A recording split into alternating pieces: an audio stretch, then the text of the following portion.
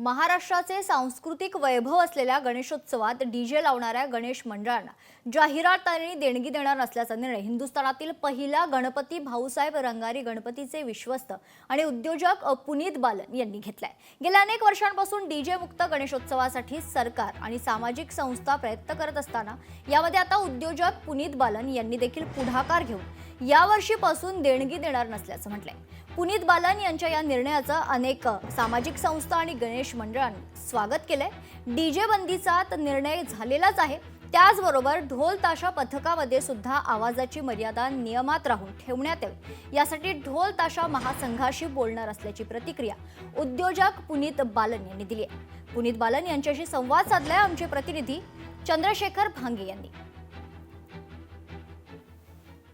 पुण्यातील युवा उद्योजक पुनीत बालन हे या वर्षीचा गणेशोत्सव जो आहे तो डीजे मुक्त करा असं आवाहन केलेलं आहे। कारण जे मंडळ जे आहेत ते डीजे लावणार नाहीत त्या मंडळाला आर्थिक सहाय्य जे आहे ते पुनीत बालन करणार आहेत। या सगळ्या विषयी बोलण्यासाठी आपण युवा उद्योजक पुनीत बालन यांच्याशी बातचीत करूयात। सर, स्वागत आहे लोकशाहीमध्ये।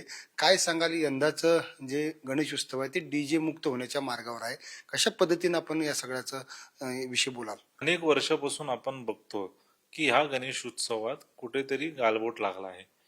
दरवर्षी गणेश विसर्जन मिरवणूक झाल्यानंतर आपल्याच माध्यमातून किंवा प्रिंट मीडियाच्या माध्यमातून डीजे ह्या प्रकारवर अनेक माध्यमातून टीका व्हायला लागली आणि मला वाटतं की हे डीजे मुक्त गणेश उत्सव हा करणं खूप गरजेचं आहे। जे धार्मिक आणि परंपरांनी साजरा होईल तशी उत्सव पाहिजे।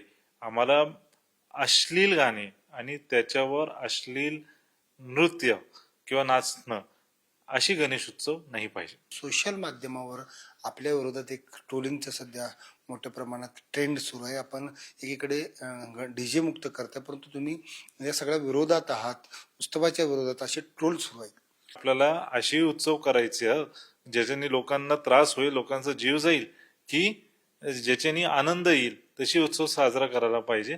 तर ह्या ट्रोलिंगवाल्यांना मी एवढंच सांगेल की तुम्ही कितीही ट्रोल करा। मी म्हणलं का आज की गणेश डीजे लावू नका किंवा गणेश उत्सव करू नका?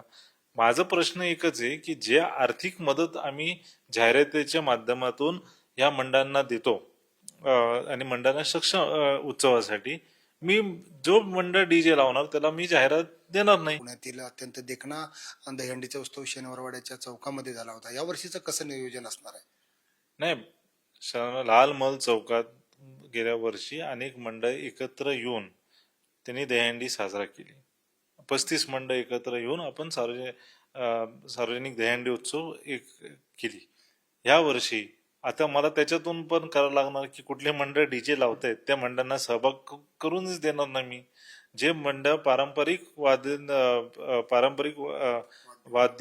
किंवा पारंपरिक प्रमाणे गणेश उत्सव साजरा करतात तेच मंडळ सहभाग होतील। आरोग्याच्या दृष्टिकोनातून जे आहेत शहरामध्ये डीजे मुक्त असलं पाहिजे असं आव्हान युवा उद्योजक पुनीत बालन केलेलं आहे। खरं तर लोकशाही या सगळ्या आव्हानाला पुन्हा एकदा आव्हान करते की प्रामाणिकपणे शहरामध्ये जे नागरिक राहतात त्यांच्या कानाला कोणताही त्रास होऊ नये, त्यांच्या आरोग्यावर कोणत्या पद्धतीचा असर पडू नये, या सगळ्यासाठी शहरामध्ये डीजे मुक्त या वर्षीचा गणेशोत्सव साजरा करूयात। लोकशाहीसाठी मी चंद्रशेखर भांगे, पुणे।